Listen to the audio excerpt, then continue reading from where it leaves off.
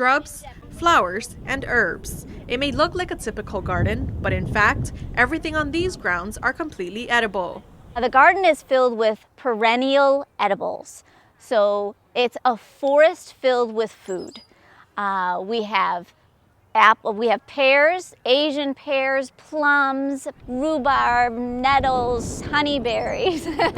So it's filled with so much food, but also functional plants. So plants that are going to be fertilizer, pest control, pollinator, all different types of plants that provide all the different functions that are necessary to feed and nourish a garden.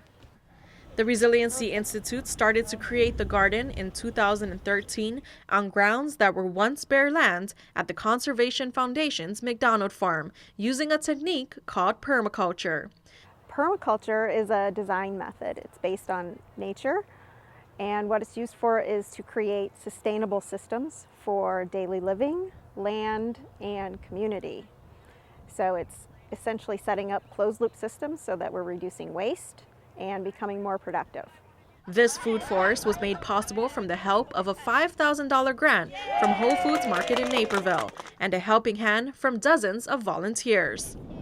And while Michelle and Jodi say they would like to keep the garden as full as possible, this space is open for the public to experience a new way to fight hunger and to learn new techniques in growing their own food.